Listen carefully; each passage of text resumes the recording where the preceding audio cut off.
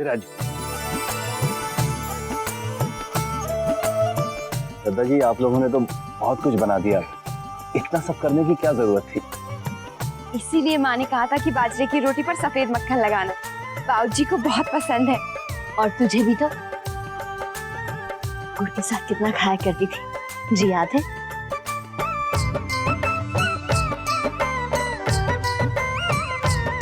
अरे कड़ी, वो भी तो तुझे पसंद है। गट्टे की सब्जी भी है, ये भी तो तुझे पसंद है। हाँ। देखा, सरप्राइज पार्ट 2। इसीलिए आज रसोई में भाभी की नो एंट्री थी। पर आप लोगों को कैसे पता कि मुझे ये सब पसंद है? हमारी समधन जी अपने जमाई की पसंद नापसंद का पूरा ध्यान रखती है, तो हम पीछे कैसे रहे? हमने भी सोचा बहू की पसंद जान लेनी चाहिए। पर कैसे?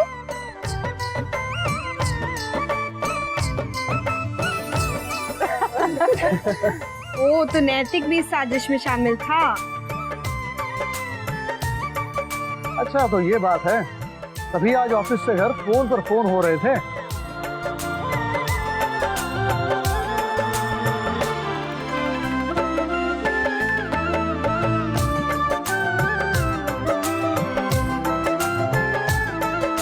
बहू, मीठा लेकर आ, फ्रिज में रखा है।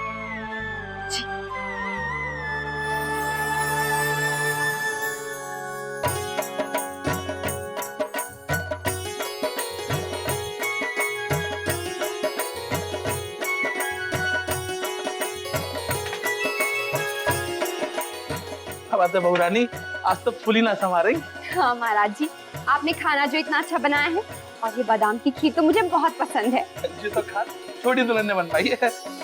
अक्षरा, बेटा मीठा जल्दी ले जाओ, दादाजी खीर खाने के साथ ही खाते हैं। हाँ माँ। ला चाय हम ले जा रहे, आप जी फल और गरम गरम गुलाब जामुन ले आओ।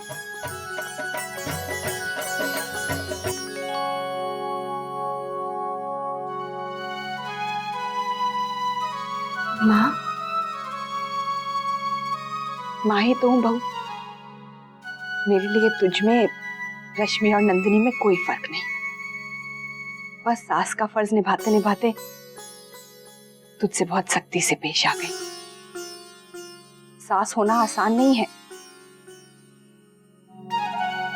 तेरे ससुर जी ठीक कहते हैं, हम इतनी उम्मीदें बांध लेते हैं कि मैं भूल ही गई कि तुम तो बच्ची हो, अभी सीख रही हो। मेरी बहू का फूल जैसा चेहरा कैसे मुरझा गया मेरे कारण। नहीं माँ, ऐसा नहीं है। बेटा, वो घर क्या जहां बहू खुश ना हो।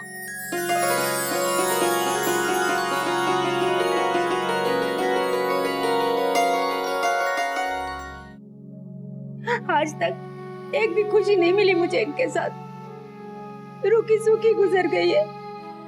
हमेशा समझौते ही करती आ रही हूँ। तुझे अपनी बहन की चिंता है कि नहीं? जी, हमसे जितना बनता है उतना किया है हमने। रहने दो, बाबूजी के करोड़ों के कारोबार में मेरा भी हक बनता है, वही तो मांग रही हूँ। कब तक हक जमाएंगे जीजी? हक से बढ़कर ही दिया है। ये तो आपकी समस्याएं हैं जो कभी खत्म ही नहीं होती। पता नहीं पिछले जन्म में क्या पाप किया था मैंने, जो बाबूजी ने मुझे इस घर में ब्याह दिया। तेरे जिया जी तो कभी कुछ कर नहीं सके। एक किराने की दुकान थी, वो भी कर्ज में डूबी हुई है। और अब मेरे भाई भी मुझसे मुंह फेर रहे हैं। अच्छा है कि जहर खा के मर जाओ। जीजी, ये सब आप हमें क्यों सुना रही हैं?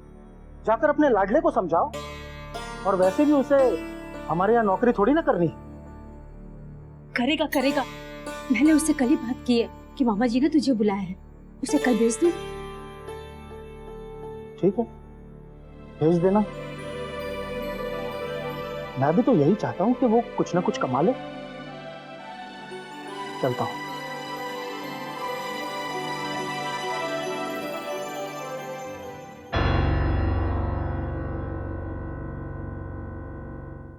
राधे कृष्ण मामा जी। इतना बड़ा हो गया बेटा, अब तो अपने घर को खुद संभाल। हमारे भरोसे तुम लोगों का ये सब कब तक चलेगा? हाँ,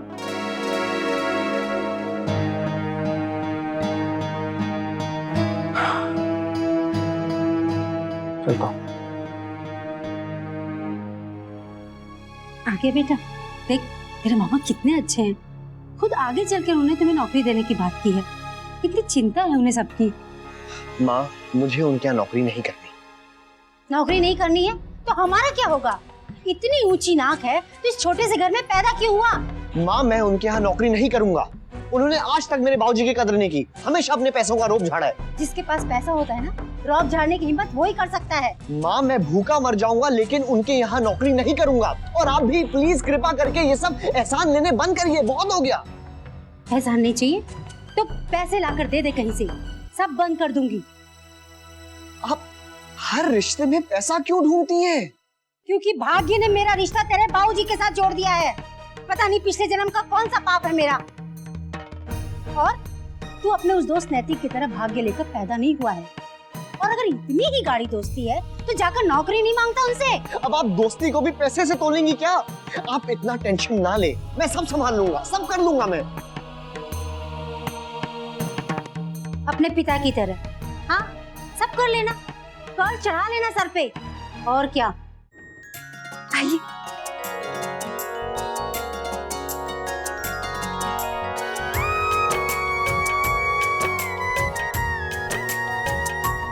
अरे यहाँ क्यों ले आई? वहाँ बाहर सबके साथ बैठते ना। मुझे बहाना करना पड़ा माँ। असल में मुझे आपसे बहुत जरूरी बात करनी है, वहाँ सबके सामने नहीं कह सकती थी। अरे हाँ, मुझे भी तुझे कुछ बताना है कि तेरे सास के न्योता देने पर मैं कितना डर गई थी कि जाने क्या बात है, अचानक क्यों बुलाया है। और तुझसे पूछा तो तुझे भी कुछ नहीं मालूम था। मैं तो सोच भी नहीं सकती थी कि माँ ने मेरे लिए इतना सब किया है, इसीलिए मुझे कोई काम नहीं करने दे रही थी। कितने प्यार से बनाया है ना ये सब। वो दिल की बहुत अच्छी है माँ, बहुत साफ है उनका दिल। मैं बहुत किस्मत वाली हूँ, मुझे इतना अच्छा ससुराल मिला है। कभी कभी तो मुझे लगता है कि पता नहीं मैं इनकी बहू बनने के लायक हूँ भी या नहीं। कितने प्यार से सिखा रही है ना मुझे वो सब। देख बेटा, तू सब कुछ अच्छे से सीख लेना। हाँ, इकलौती बहू है तू इस घर की, तुझे ही सब संभालना है। उन्हें बहुत उम्मीद होगी तुमसे। कोशिश तो कर रही हूँ माँ। अरे मैं यहाँ आपको एक काम से लेके आई थी, आप इसे पोस्ट करवा दीजिए। ये क्या है? ये नंदिनी दीदी का है। यहाँ घर में किसी को इसके बारे में नहीं पता है ना, इसीलिए आपको छुपा के दे रही हूँ। माँ, नंदिनी दीदी एक बहुत अच्छी लेखिका है और उन्हें एक मैगजीन में लिखने का ऑफर मिला है। अच्छा? हाँ माँ, वो कविता भी लिखती हैं, लेकिन दत्ता जी को इसके बारे में कुछ नहीं पता है। उन्हें ये सब पसंद नहीं है ना। बेटा, तो फिर क्यों कर रहे हो तुम लोग ये सब? माँ, यही तो मुश्किल है। मैं भी चाहती हूँ कि घर में हम सबको बता दें, पर नैतिक जी कह रहे हैं कि हम दत्ता जी को बाद में बता देंगे। बेटा, पर बात तो गलत है ना। हाँ माँ, लेकिन नंदिनी दीदी ने ये काम मुझे सौंपा है। अब हमें पूरा यकीन है माँ, जब दत्ता जी को पता चलेगा ना कि उनकी बेटी इतना अच्छा लिखती है, तो उन्हें कभी नहीं रोकेंगे, बल्कि उन्हें गर्व होगा, बहुत खुशी होगी अपनी बेटी पे। इसीलिए हमें दीदी की हेल्प करनी चाहिए, है ना? बेटा, पर मैं कैसे? मतलब ये तेरे ससुराल की बात है। मैं जानती हूँ ये मेरे ससुराल की बात है। माँ और भाभी माँ को भी यही डर है कि दद्दा जी क्या सोचेंगे। दद्दा जी को दीदी का लिखना ठीक लगे ना लगे, पर हमें पूरा यकीन है कि जब उन्हें पता चलेगा ना कि हमारा सोचना सही है, नजरिया शायद अलग अलग हो लेकिन गलत नहीं है, तब शायद स्थिति बदल जाए। देख बेटा, मैं मानती हूँ कि इंसान को बदलना आसान नहीं होता, पर तू गायत्री बहन से इस बारे में बात क्यों नहीं करती? माँ, मैं उनका स्वभाव जानती हूँ, वो बहुत जल्दी गुस्सा हो जाती है। उन्हें समझाना आसान नहीं है, पर शायद मैं उन्हें बता भी नहीं पाऊंगी। क्या कहूँ? वैसे सच कहूँ तो माँ भी अपनी जगह सही है।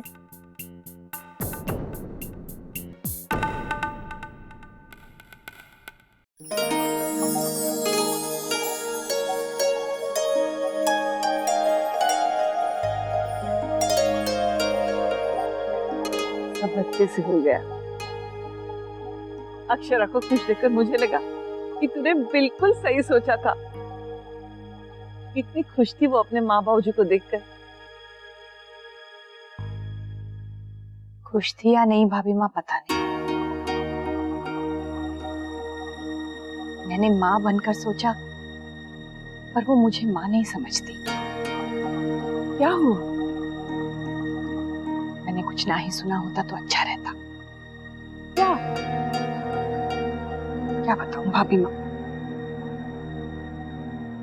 मैंने अक्षरा की खुशी के लिए इतना कुछ किया और वो अपनी माँ से मेरी शिकायत कर रही थी।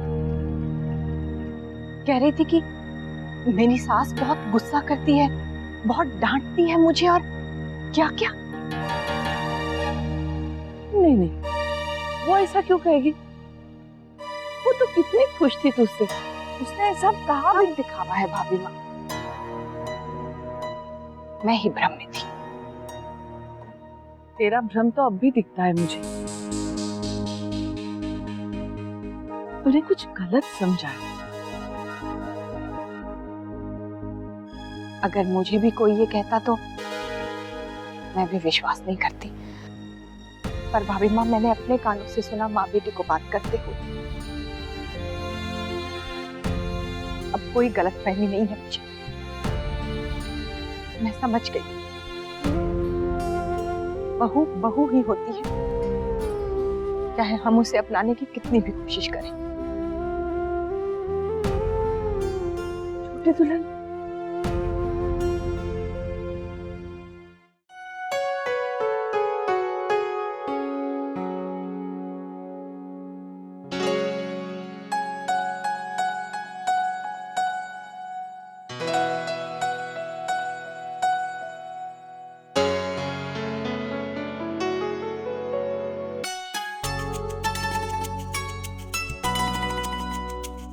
Good morning.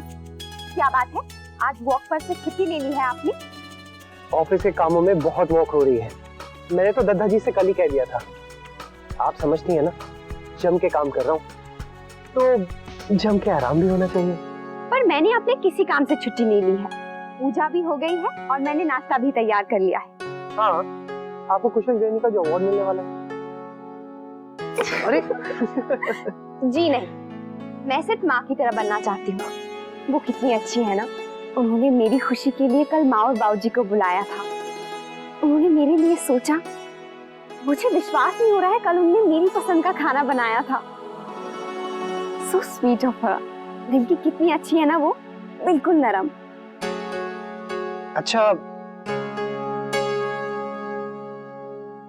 और मैं?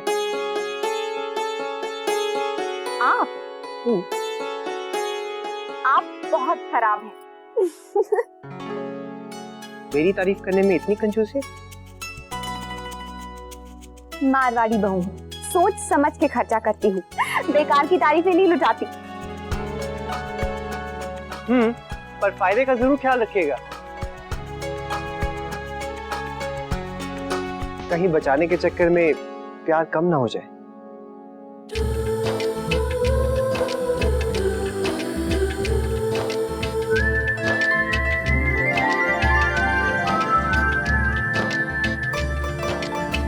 आपको खुश देखकर मेरी खुशी दुगनी हो जाती है।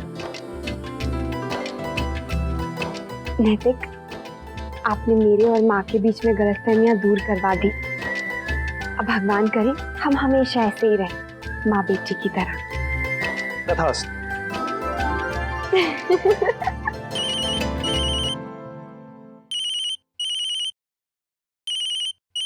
माँ का है। हेलो माँ। अच्छा, हो गया? चलिए ठीक है, थैंक यू माँ।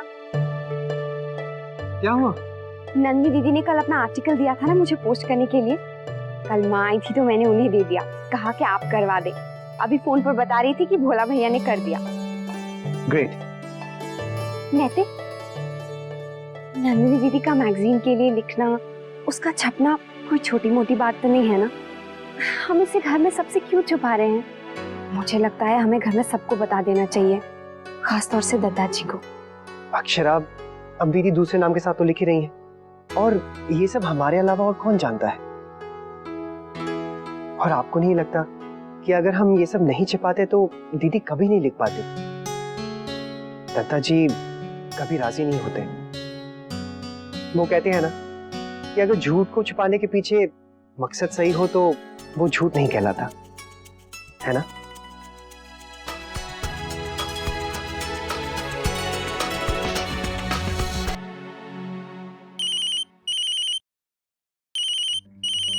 मोहित, मोहित,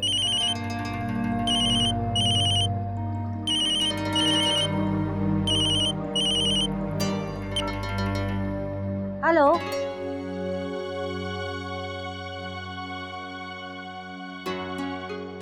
हेलो, नमस्ते।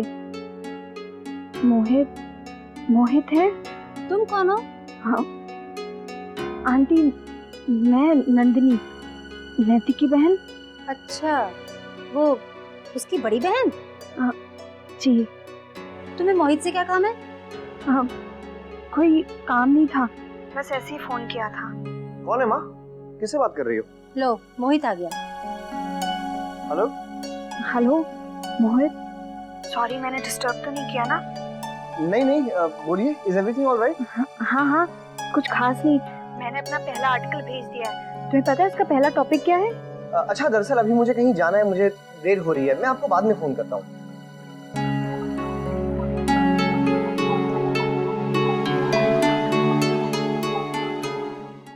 क्यों रे मोहित, ये वही है ना जो लंगड़ी है? माँ, उनका नाम नंदिनी है। नाम जो भी हो, पर है तो अपाहिज बेचारी। माँ, आप भी ना। नहीं बोलने से कुछ बदल जाएगा, जो है सो है। आप मेरे सामने मत कहिए, मेरे दोस्त की बहन है। हाँ, सारी फिक्र तो दोस्त की है तुम्हें। पहले वो नैतिक नैतिक, अब औरों की भी हो गई। परिवार तो कुछ है ही नहीं तुम्हारे लिए। हम सब गए भाड़ में। परिवार की चिंता नहीं होती तो मैं इंटरव्यू देने नहीं जाता। जा रहा हूँ ना इंटरव्यू देने। दुनिया भर की धूल क्यों फाँकते हो? इतने सारे इंटरव्यू दिए, कुछ हुआ? मामा जी का ऐसा ना लेकर बहुत बड़ा तीर मार लिया तुमने। बोलो तो बुरा लगता है। अभी भी वक्त है, चाहो तो जाकर मामा जी से मिल लो।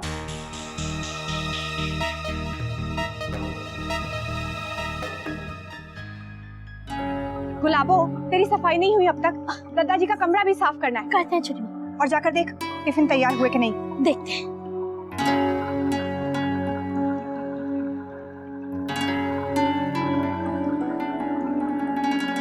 माँ, आपने जैसे कहा था मैंने टिफिन वैसे ही पैक कर दिया है। सूजी का हलवा भी रख दिया।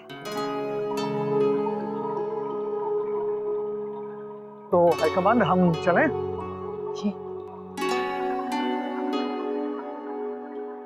ये लीजिए। दादा, आपके लिए कुरियर आया है।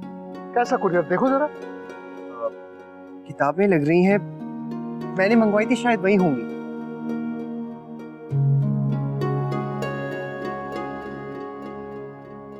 हाँ बाबूजी, आजकल वैसे भी ज्वेलरी का कंपटीशन इतना कटथ्रोट हो गया है कि मुझे लगता है कि हमारे डिजाइन्स को और बेहतर और ट्रेंडी होना चाहिए।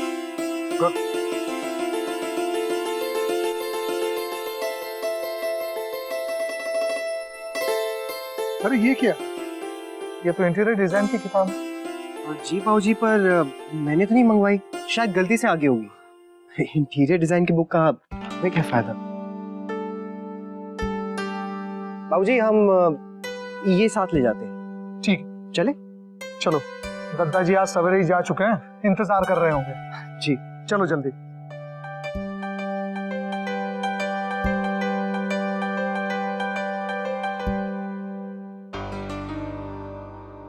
इंटीरियर डिजाइन की बुक। चलो देखते हैं। चलो।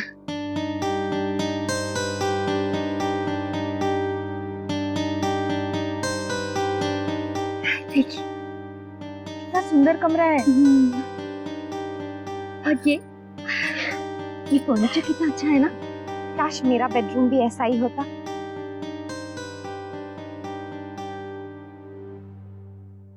क्या हो रहा है? माँ, मैं भी अपना कमरा ऐसे ही बनवा लूं?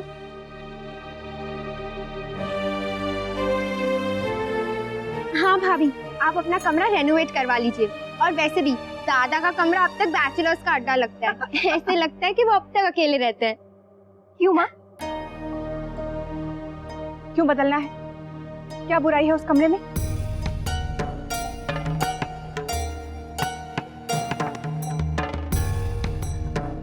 अक्षरा इस घर में जो जैसा है उसे वैसे ही रहने दो। किसी भी चीज को या किसी को भी बदलने के बारे में सोचो मत।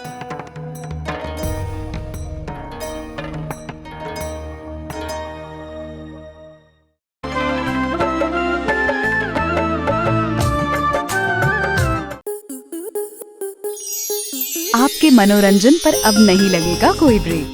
स्टार प्लस के बेहतरीन शोज देखने के लिए लाइक, शेयर और सब्सक्राइब करें स्टार प्लस यूट्यूब पेज को।